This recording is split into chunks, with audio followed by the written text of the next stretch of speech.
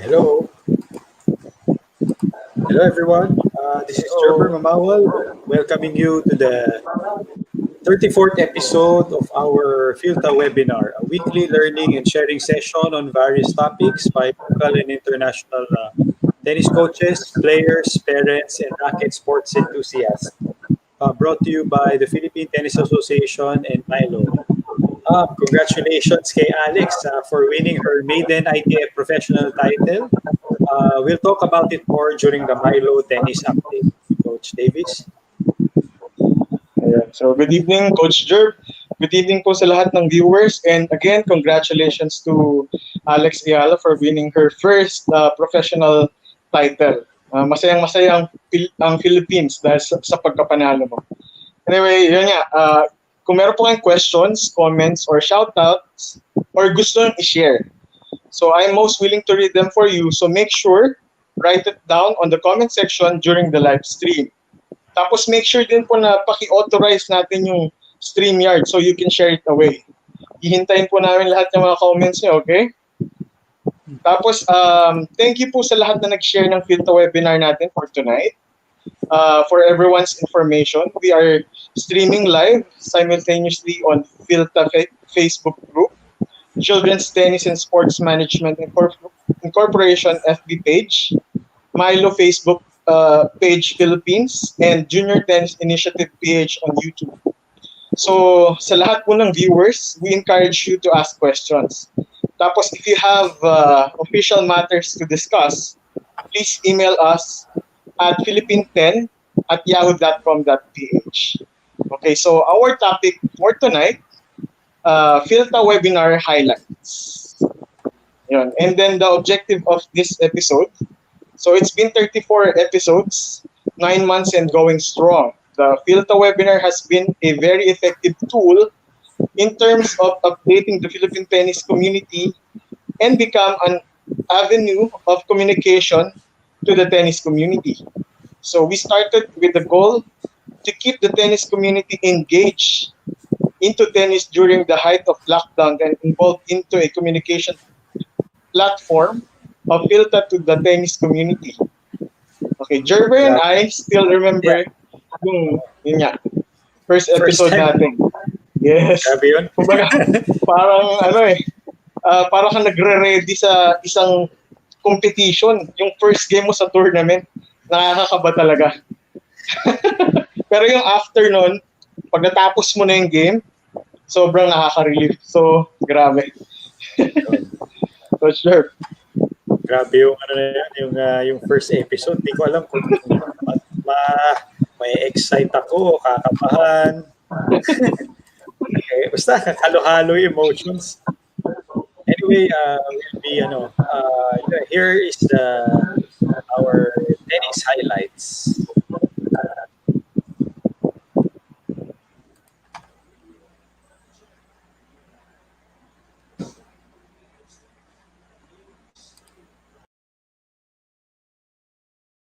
Memorable moments nyo, yung nagko-coach kayo? Well, para sa akin naman, syempre, lahat memorable, di ba? Whether win or lose, di ba? You have to, di ba? Take mo, di ba? Parang you learn from it. Pero siguro, ang dami kasi naming matches na parang match points na di ba? So, siguro, the least na medyo para sa akin, yung parang medyo painful is yung last year kasi Game 3 finals, diba? Yung first 2 matches namin, we lost dalawang 7-6 sa third set eh. So parang, diba? Medyo masakit siya for us. Pero, diba? Tapos yung game pa, parang siguro 10 match points yata hindi namin nakuha. So parang, diba? Masakit talaga siya. Pero kaya nga we're looking forward sana for this year kasi nga diba?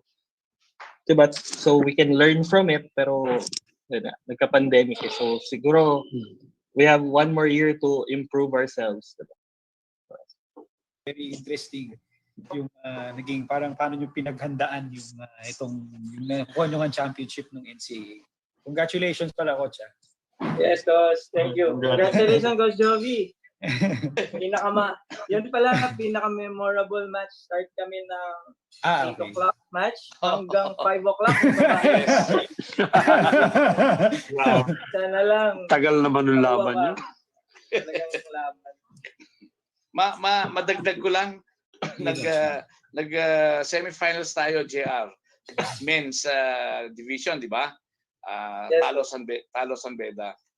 I-share ko lang, kasi nga maaga rin kami dumating.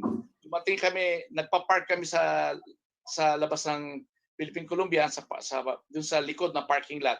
Pagdating namin sa outdoor, nakita ko si Coach Stanley. Mga mga 7 o'clock.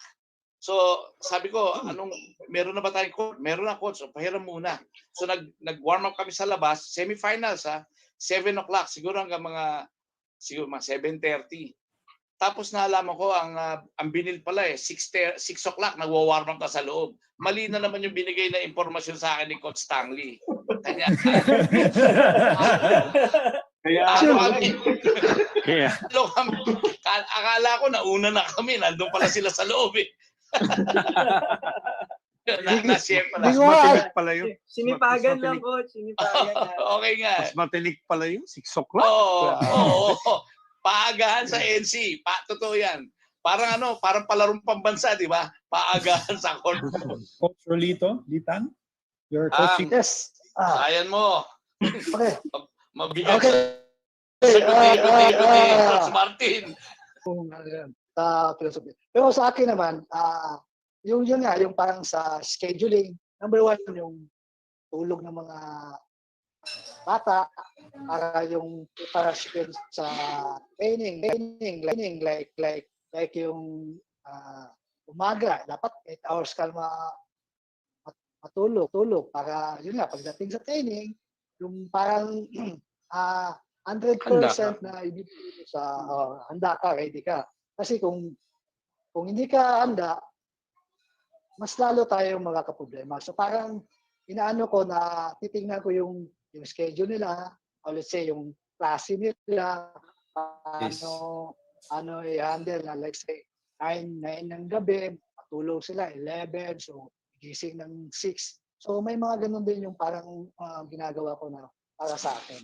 And then yun sa training, so tinitingnan ko rin yung paano sila, kasi pagod yan, minsan may pagod na hindi mo maintindihan, so parang hindi siya makabigay ng 100% sa training. So yun yung pinaka-secure ko, yung nila. I-share din ni PJ. Kasi kumbaga I hope mag-agree naman si Coach Martin. Si PJ isa sa mga bago. Kanya ako lang gusto din namin marinig yung philosophy mo, PJ. Yung sayo, hindi yung philosophy nung tennis director nyo na itago natin sa pangalang Chris Cuarto. Kasi nung Chris Cuarto, ang UAAP teams na naalala ko, 5 lang ang teams. Ang team ni Chris Cuarto, number 6 eh. Pero nung Sobra ka naman. sobra. Pero nung si PJ pumasok. Oh, Record dito. Naka-record. nung pumasok si PJ sa Ateneo, biglang puro second place sila. Yun lang. Kaya yung si PJ lang, hindi yung sa iba. Yung sa iyo lang, PJ. Ito kaya marinig?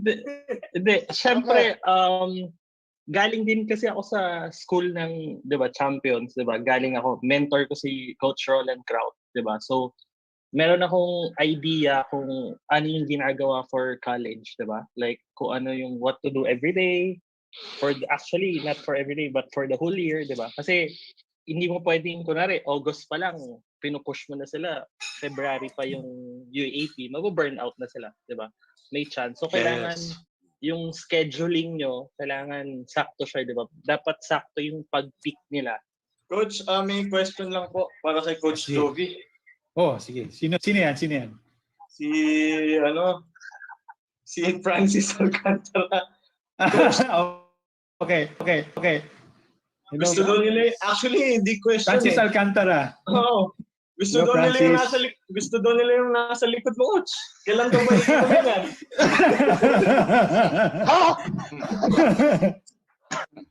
Oy, Francis, kumusta? Ang gusto ko lang naman na sabihin kay Francis, maliit pa siya, yung nasa likod ko, nasa likod na yan eh. At least, consistent, di ba?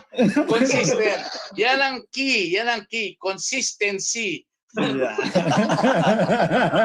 Sige. So, welcome lang po natin si President ng Philippine Tennis Association, si Attorney Cablitas po nanonood. Hi, Attorney. Hi, good afternoon, Attorney. Afternoon po. Hello, Dino. Nino! Tang! Talo ka na naman, Tang! Nino! Talo ka na naman, Tang! Ninang naman talaga eh. Talo ka na naman, Tang! Tony! Kumusta, Tony? Tony! Kumusta?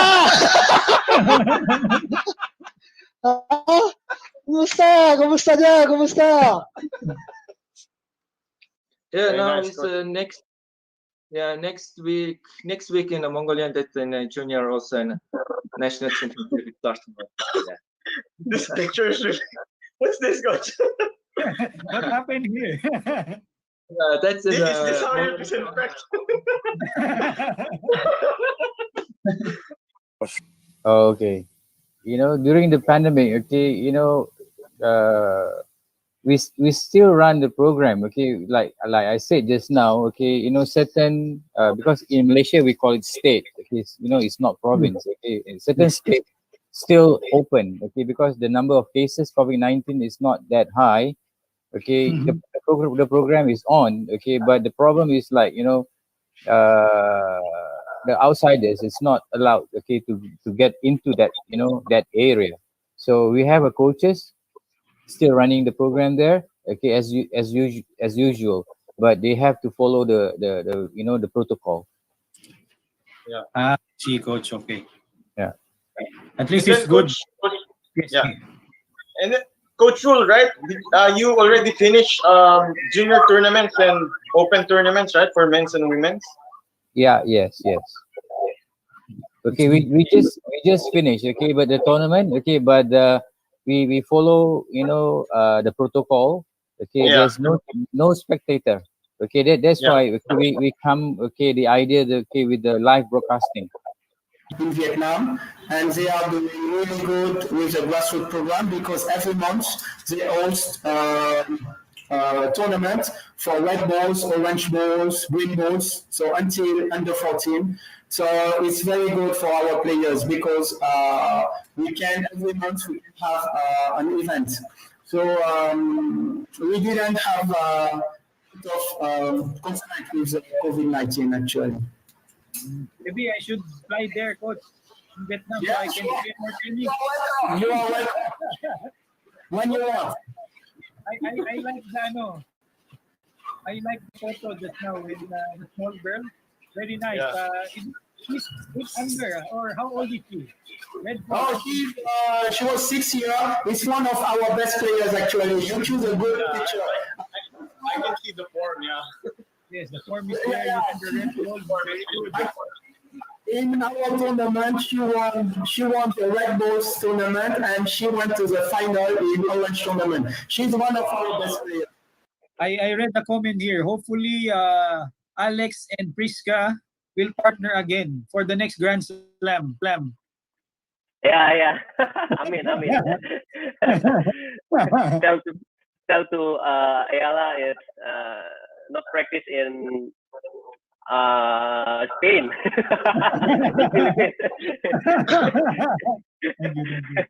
Thank you for talking. Thank you. I'm going to show you a photo here. Where is this? Don't worry, it's not shower. Oh, this is in a Asian Tennis Federation, just for camping in Thailand. Thailand. Yeah, Thailand. I know these three players, Coach. Three girls player. Is the small girl named Maralgo? Yeah. They still every day they practice. Wow! Because we played Maralgo in Indonesia for the Junior Fed Cup. Yeah. I think these three players are the players there. Represented the Mongolia. Yeah. Yeah.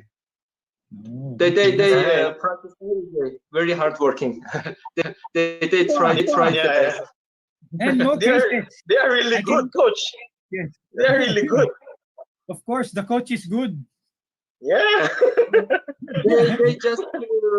they just to resting just on every week on Sunday, but another Monday to Saturday every day 3 hours the training. So here you have a picture of some of our kids. Right now we have about 100 kids in our academy.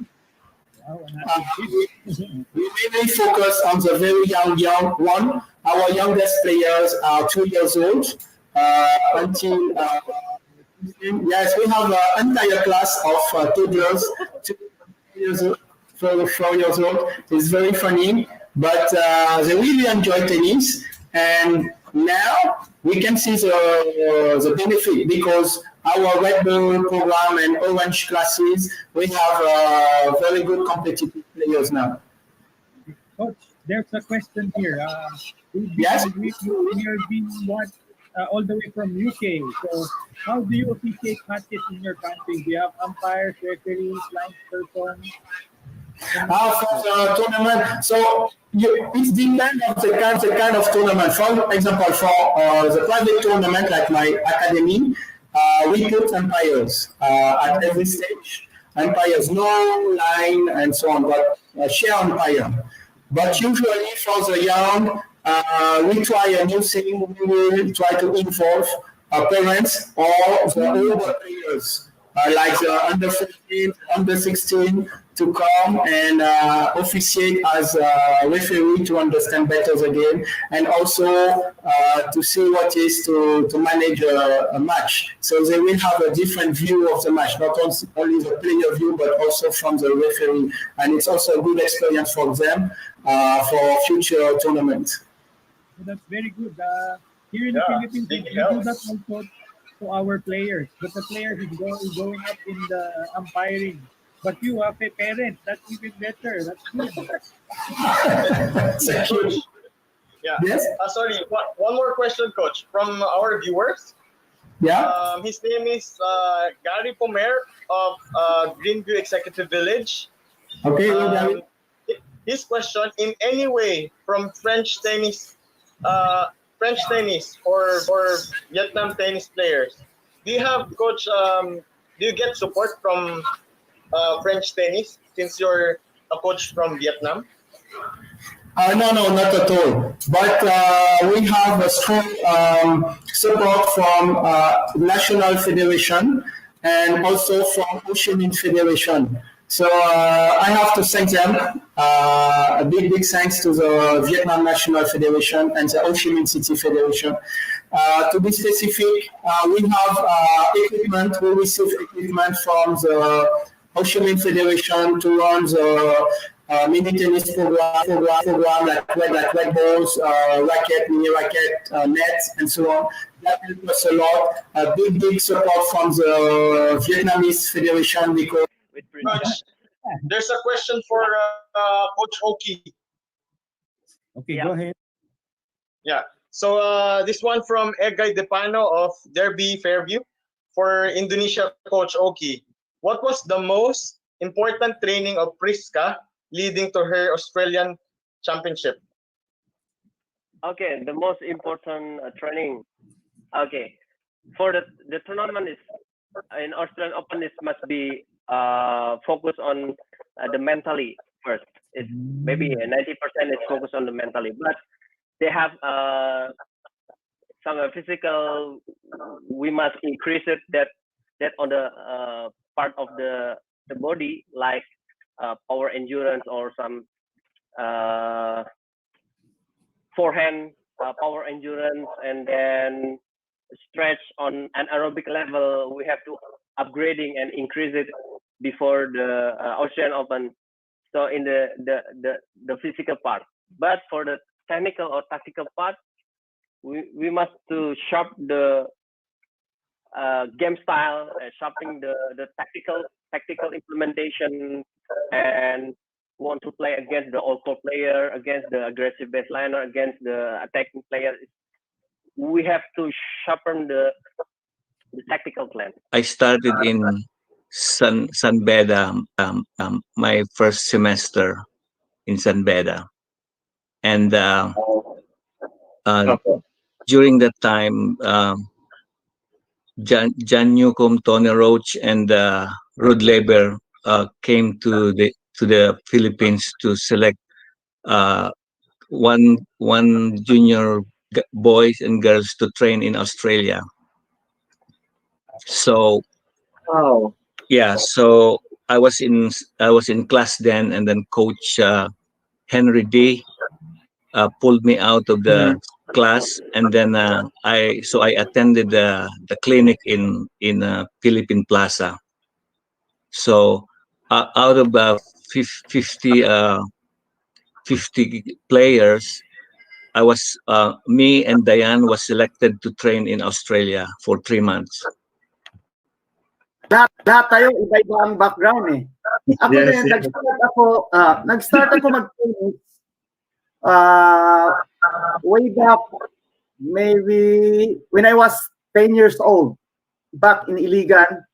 So I started playing tennis before mga elementary ako, nag-basketball ako eh, 'di ba? Famous sa atin ang basketball. So basketball.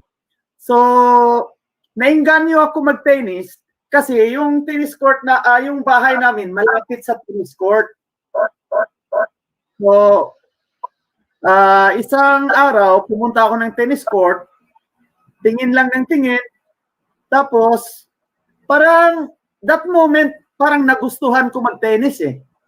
That instant na so the following day pumunta ako, wala akong kakilala, nag-apply muna ako, nagpulot boy. Pulot muna, pulot. Tapos, after na magpulot, humihiram ng raketa sa mga tennis player para laro. Doon ako nag-start mag-tennis. After that, first round ko si Manny Tapson. Tinalo ko eh. 6-4, 6-4. Hindi ko alala. And after that, ang best 8 players ko, si Boy Jong eh. Seeded si Boy Jong noon eh. Tinalo ko rin si Boy Jong noon. So after that, semifinal, si Gigi ang nakalaban ko eh. Si Gigi. Semifinal. Natalo ako. Sa Sambuanga ng June.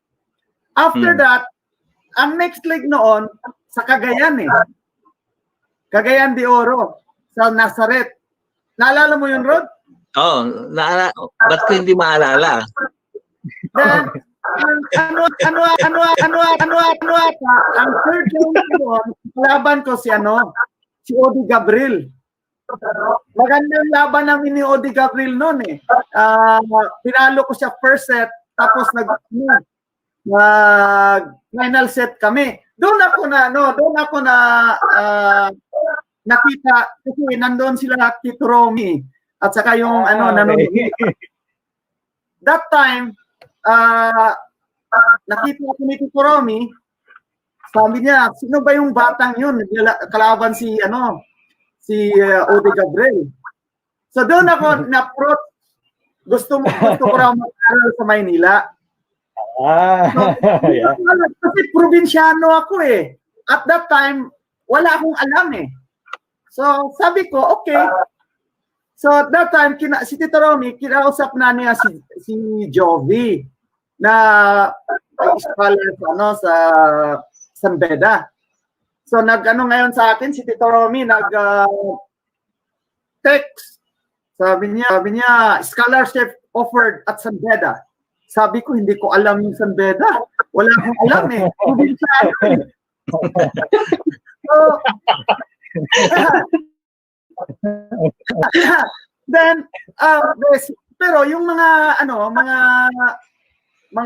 nagtitennis doon, sabi niya, magandang school yun, San Beda. Lalo na sa law, sa accounting, sabi nila. Pumunta ako ng Maynila, November. Sumali ako ng tournament sa Rizal Racket Club. Pohon ko, nakalaban first round si Rod.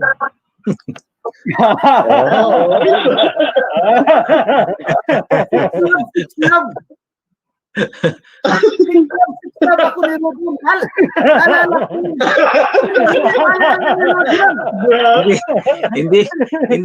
hindi ko maalala kasi maraming nasisiklab ako eh. Pinapabayaan ko na 'yun. Six love ako. Probinsya ako, pumunta ng Maynila. Yan. Ano po yung significance nito para sa mga viewers? Yung picture na yan, doubles match namin against Japan.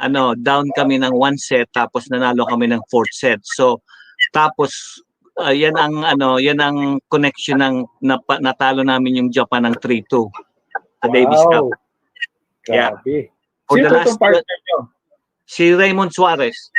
Okay. Wow. Grabe. Talaga kita-kita yung emotion, no? Nasa taas ako ng PCA, nanonood. Kita nyo naman, no? Di ba? Yan, oo. Diyan yung picture na yan, tingnan mo, kinakabayan ako ni Cory. Ang sabi niya, bibigyan daw ako ng bonus kami. Hanggang ngayon, hinihintay ko pa, wala. Dati, tinuturuan ko si JFK. Si JFK. Wow. Yung anak ng presidente, di ba?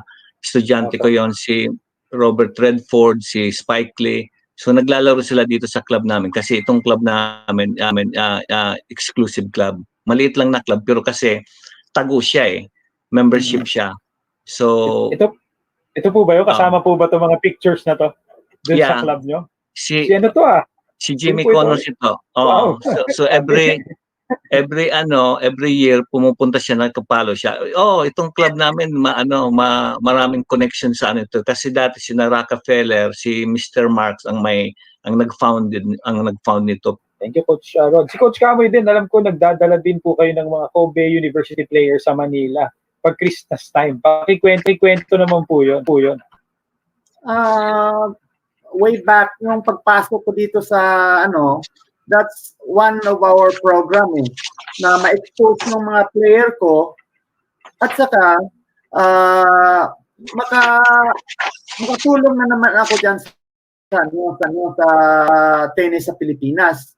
Yon, pinapalaro ko sila sa mga national players diyan at saka sa mga college team para maka-experience naman sila at the same time yung culture nila, yung culture natin, ng mga estudyante ko para part na yun part na yun sa nila sa growth nila Kaya yan isang programa na ginagawa sa magkaroon sila ng kumpiyansa sa sarili nila. Hello from sana daw baka makapunta din po kayo sa Benguet. Yan, may nagko-comment. From Dickerson, Laruan, yan. Benguet sa sa lugar ni Bong 'yon, di ba? Yeah. North po, Mountain Province na po yata. Yeah, actually sa ngayon, ang pinaplano namin is magsisimula nga kami sa let's say sa Bulacan, sa Pampanga, sa and then we'll move on there pag in time na magka-clear ang pandemic. So may binigay na sa aking contact si Coach Joby Mamawal para i-connect kami sa Benguet o sa northern part ng Pilipinas. So kasi nakapunta nga kami sa Mindanao diyan pa sa Luzon. Lang naman 'yan sasakyan lang naman ang kailangan diyan Dami. Kainta naman daw, Cebu, Iriga, na talagang in demand. Now move on to Singapore. Yan. Hello, Coach Ignatius. Same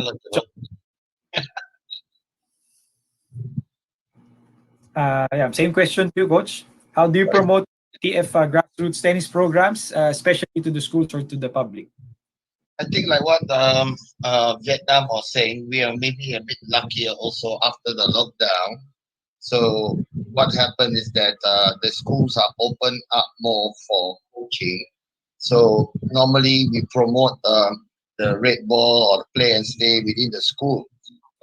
So you can do the red ball or green ball or orange ball, and then they can get to play within the school like mini tennis.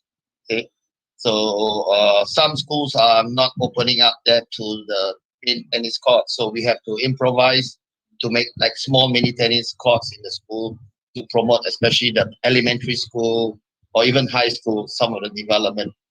So usage of the red ball or the green ball would come in very handy for those schools during these times.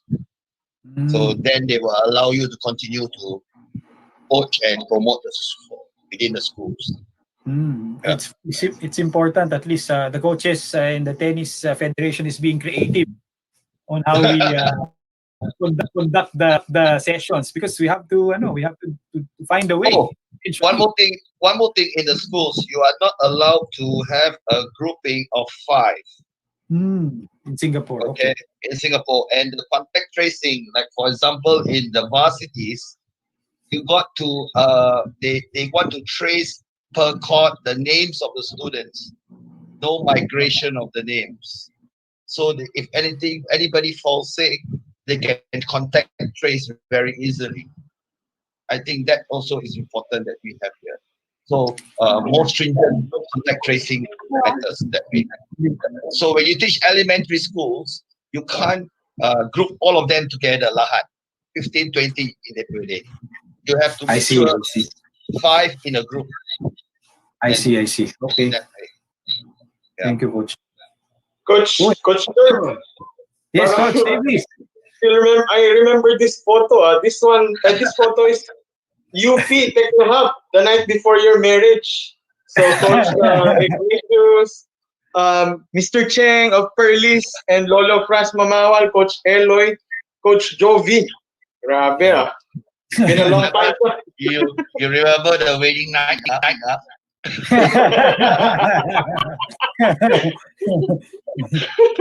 Syempre, Coach Ignatius. It's good here, so that because at that time they have 3 sets of kind of tennis ball during the grassroots at the red ball, the orange ball, as well on the green ball, because it's segregated by its level of their age. Like for instance, if something like that from 5 to 8 or 5 to 7 years old, they have to go on yet from the red ball, and then followed by the orange ball, and then all the way to the green ball, so that they can keep playing well. Okay, thank you, Coach Willie. Coach Jerb, may nag-text. So this is for Hong Kong. Nag-text si Coach Bobot na loose, saying hi to Coach Willie Grace. Pero the message was walang pinagkaiba ang picture ni Willie Grace sa nakatayo at sa shadow. Ha ha ha.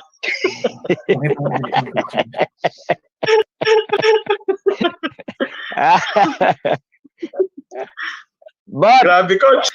We're talking about this photo. Yeah. Okay, thank you. Paano naman po kung kung kaibigan nyo na ang mag-confess, kunwari po si Tito Gary, na alam nyo nawawala ang baseline pagpatak ng bola. Dinadagdagan po ba ang penance nun? Actually, kasi nabanggit na po si Kuya Gary, at least siya po ang nahawa sa yan. hindi po yung ibang tao ang nahawa sa kanya, siya po ang nahawa. Katulad ng pagpunta rito. So maganda po yung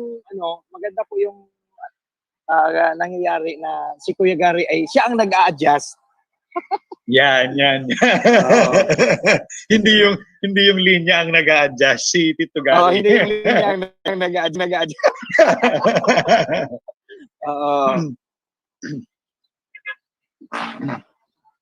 So, paging Tito Gary na pong mag-confess kay Father Jerry. Neutral pala siya. Control siya pagdating dito. Lalong-lalo na malapit sa dito sa maximum. Nasa reservation siya.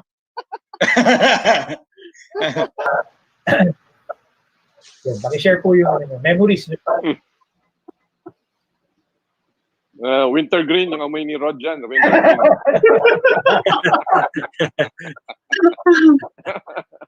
Hindi yan. Relief talaga na nanalo. Nanalo talaga. You know, para bang, alam ko pa yung match point, tama ba ako? Kung hindi. Parang i-smashing ko na yung bola. And then may pumunta sa harap ko si Rod, in-smash niya yung bola sa harap ko. Grabe. Sobrang excited tsaka bilis. Tapos wala na, sigawan na lahat ng tao. Kasi talagang grabe. Ang laban na yun. I think pa yung 4 hours, no? Or more. Yeah. Tagal. Grabe yan. Tagal na laban yan. Grabe. Ang dami ko napatid na raketa ng doubles na yan. Ang dami. Wow. Please go ahead. Ayan. Kitang-kita naman po sa pictures eh. As a picture, sobrang saya. Grabe. I don't know. Yung amin yung 88, breaks lang yun, honestly. Even if we had trained hard, it could have gone either way, seriously. We could have lost it and Japan could have won it. And para bang maybe panahon namin na manalo at that time. So, I mean, Butch Bacani talagang training niya kami mahusay. Maybe for a better insight. One time, we beat them with Shuzo Matsuoka. Naglaro na si Felix and Roland. We were in Japan. And then another time, I think si Rod, yung captain, we beat them sa Rizal. Pero I guess one for this would be si Kamoy eh. Kasi siyang may insight sa Philippine tennis at saka sa Japan tennis. Maybe they have kung ano nangyari sa panahon na yun, why we were winning and they were losing to us. Kasi nga, comparing lang yung budget ng Japan tennis sa Philippine tennis, siguro 1%.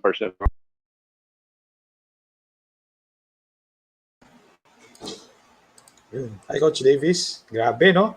Ang dami na palang nangyari. Dun sa Coach Davis. Yun yung mga pinagdaanan natin, Coach Bird. Grabe yun, no? From local sa nag-start tayo na parang hindi natin alam kung kakabahan ba tayo or what. Tapos ngayon, ito na, 34th episode na natin. Ang galing nga eh. So parang, tsaka ang galing yung, sabi nga yung feedback naging avenue nga siya. Na nag-start lang ang plano gusto lang i-engage. Kasi nung pandemic, doon tayo nag-start So, i-engage lang yung tennis community. Baka kasi mga balita binibenta na yung mga raketa kasi hindi na maglalaro yata. So, nag-evolve siya into an avenue based to communicate. Yan.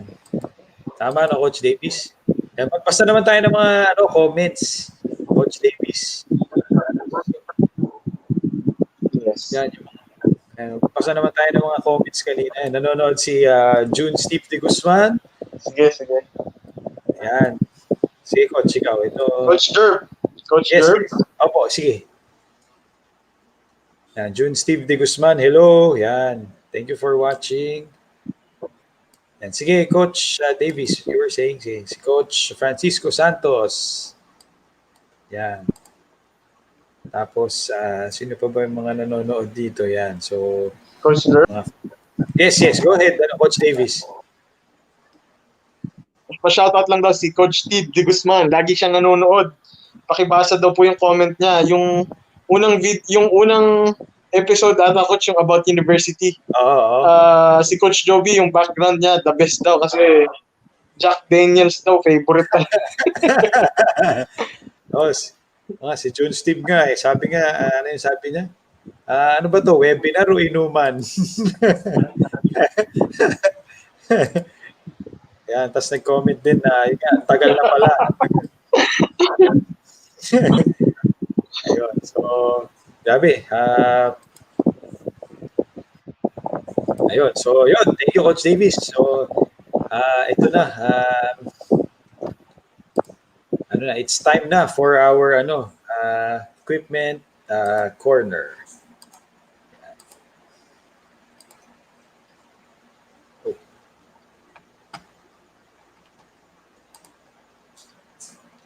Yan. Ito na ang ating equipment corner.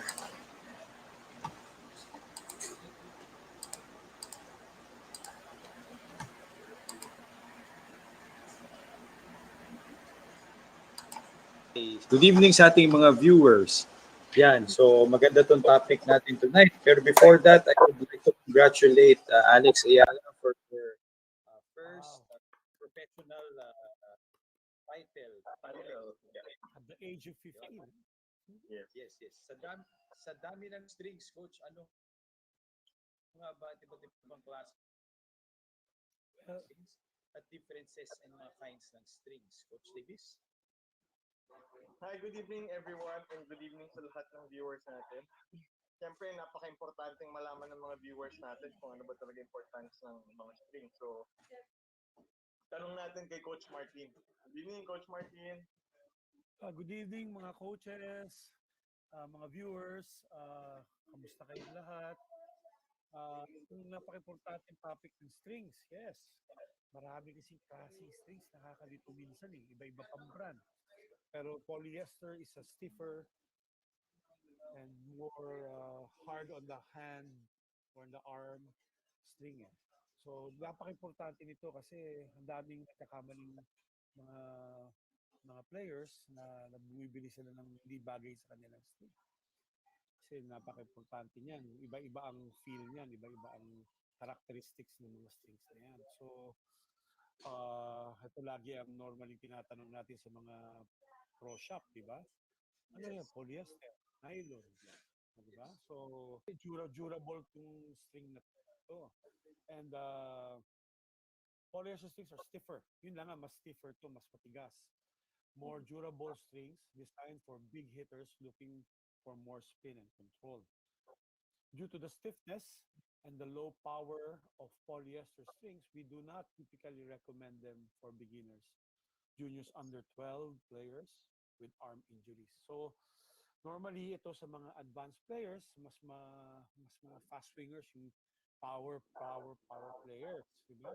Malakas na pumalo. Talaga nakakatulong to sa control. Pero yung stiffness nito, maaaring makakos sa'yo ng injury sa tennis elbow, sa wrist, kasi yung impact.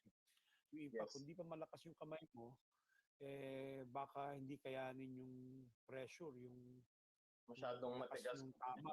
Oo, masyadong matigas. So hindi natin to hindi natin na-advise to sa mga beginners, sa mga 12 and under, nag-develop pa, mga bata pa, mahirap ma-injury habang bata.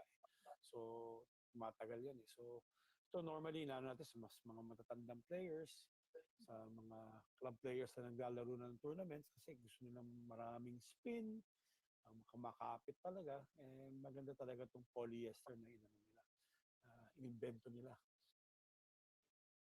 Nylon naman, ito yung dating ginagamit ko nung naglalaro ako ng tournaments noon. Ito lang kasi available noon. Saka natural gut lang Meron ako natikman dati, Kevlar, pero hindi ko na nakikita ngayon sa market. Pero nylon talaga ginagamit namin noon. Nylon strings are traditional softer strings designed for comfort and power. The most popular nylon construction is known as the multi-filament, which is defined as a bundle of fibers twisted together for optimal comfort. Ito yung may mga kanya-kanyang korte rin yan, may edge pa nga yung iba na nylon So, pero to mas may may trampoline effect, mas may give malakas yung pagtama sa bola. Kaya mas magaan sa kamay, sa wrist, sa shoulder. So, ito yung ito yung unang string aside from the natural gut. Yung natural gut, ang gut yun Yun, mahal yun. Speaking of strings, ito may i-share akong video. Ayan, sige. Well, I started to test more and more things and rackets and technology and etc. And then the latest one I tested was the Clash, to be honest. That was a totally different kind of racket.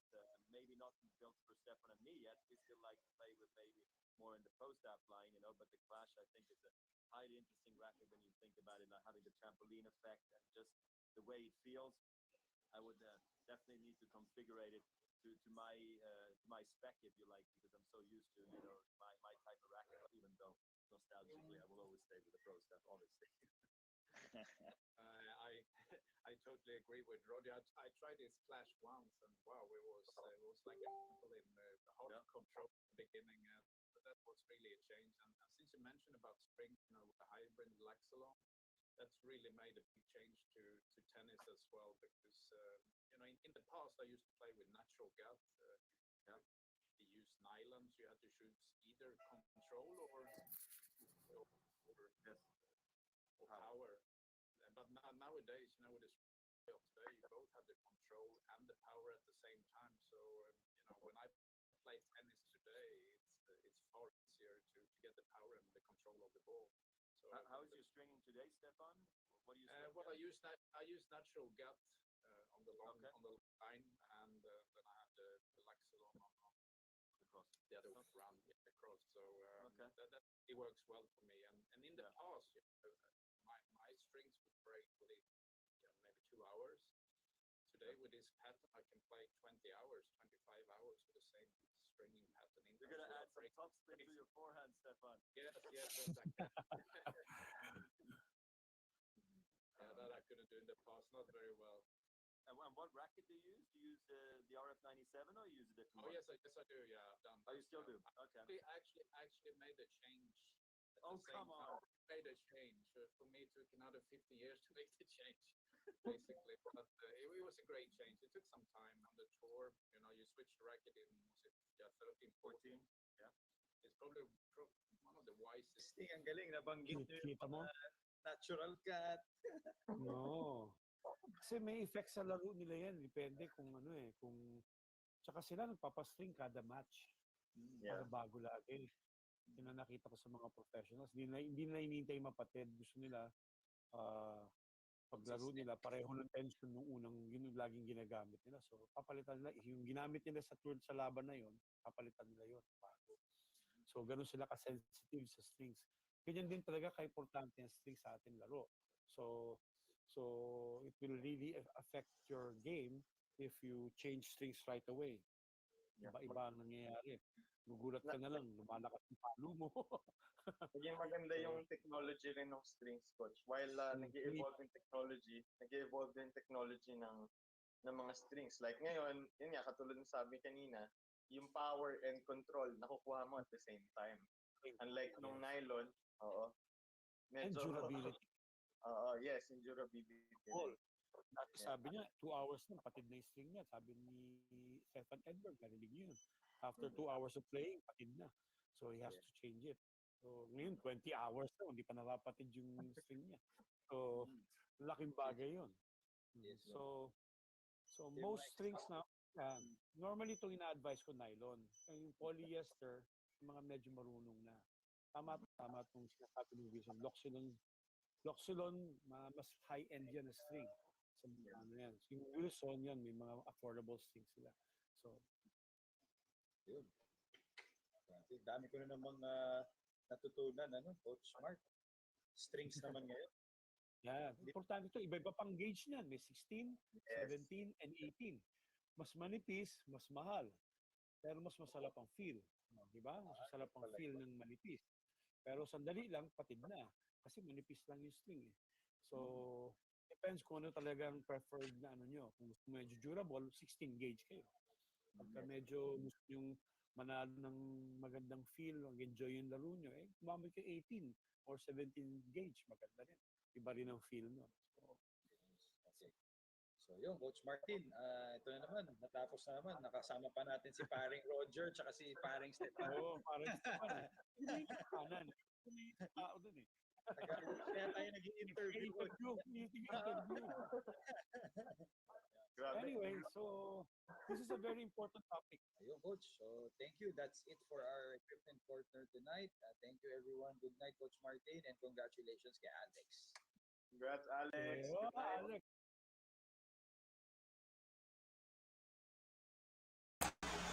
Yan. So, yun. Ayos. Kita nyo naman, di ba? So, masarap pala sa feeling pag na-interview si paring Roger nakakasama. Nakakasama lang. Libre pa, libre. Tsaka si paring Edward. Yan, Diba? yan, yan. Pero ang galing nung ano nila, nung tawag dito, nung yung transition ng rackets, no? Tsaka strings. Yes, yes. Yun nga, katulad nga sabi ko, nag-evolve nga yung technology ng tennis racket, nag-evolve din yung technology ng tennis string. So, yun nga, katulad sabi ni parang Roger at ni parang Edward doon, nakukuha mo yung control and power at the same time. Same. Dati isa Yes, lang. kasi sa nylon kasi, di ba, normally, pag pinalo mo siya, yun nga, katulad ng sabi nila, di ba, hours lang yung binibilang. Puputol na agad yung strings nila. So, yun nga, mas madaling lumalambot kasi pag nylon. Unlike yung polyester, yung mga strings na sobrang ganda ng tulong niya. Nagko-complement dun sa technology na ng racket. Yun, tama. So anyway, sige, ito na. Pinakahihintay ang ating Milo update.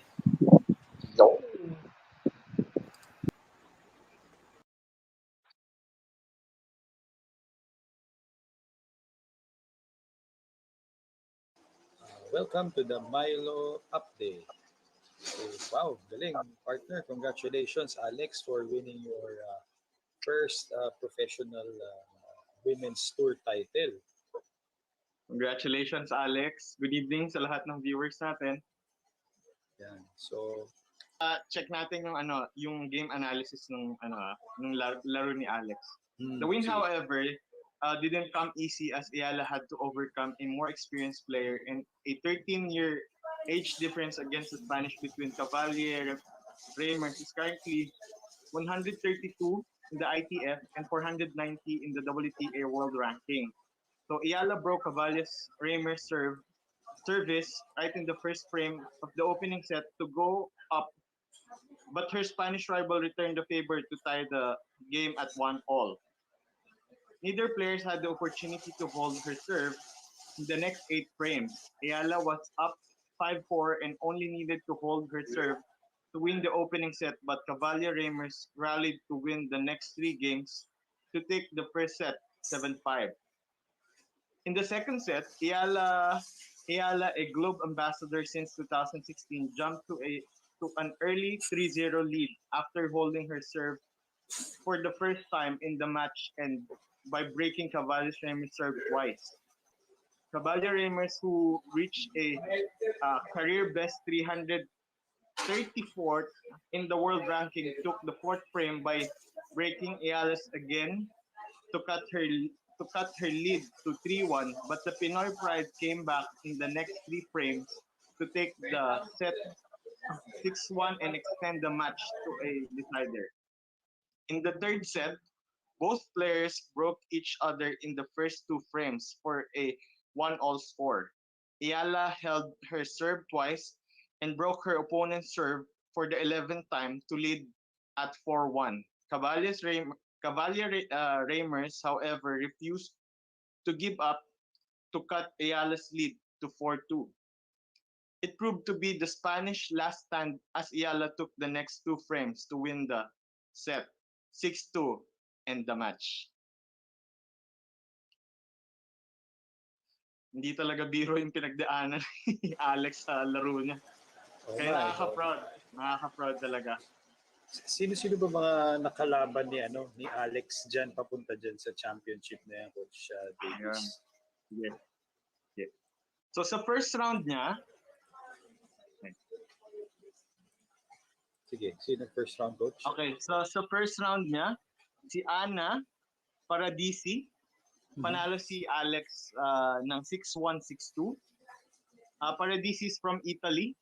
Okay, yung second round upset naman yung top seed. Yung score nila 6-4, 6-1. From Australia yung nakalaban niya, si Simon Mendes. Okay, sa quarterfinals naman, ito yung yung 3 hours marathon game niya. Oo, grabe. Okay? Kay Carol Monet. Ang score nila 6-7. Yung tiebreak score nun is 4. 4-7, tama, Coach Jerb? Tapos 7-6. Yes, 7-4 din yung tiebreak, and then yung last set na nakuha ni Alex is 6-4. Grabe yun, 3 hours marathon game yun, Coach Jerb. Oo nga. Okay, tapos yung semifinals naman niya against higher ranked player, ITF ranks 185. Si Aditya from Hong Kong. Yes, So ang score nila is 6-3, 6-4. Yes. Tapos yung finals naman against 28-year-old home bet rank ITF 132. Yung score nila is 5-7, 6-1, 6-2. Yun yung mga scores. Ano bang ranking na ni ngayon, Coach? Ni Alex. So yung ranking ni Alex Ayala as of January 18, 2021. Yeah. Oo. Okay. So yung WTA singles ranking niya as of January 18, 2021 is 1,187. And then yung ITF singles ranking niya as of January 18, 2021 is 1,651. So yung career high ranking niya, this is last year, November 30, 2020. So ito yung career high niya, 1,180. And then yung career high niya for ITF singles ranking as of September 28, 2020 is 1,594.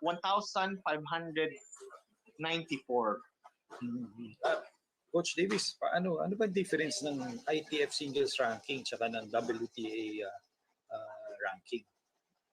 Okay, so sa ITF singles ranking ay professional transition tournament to give a better chance for the promising next generation tennis player in participating in the WTA level tournaments.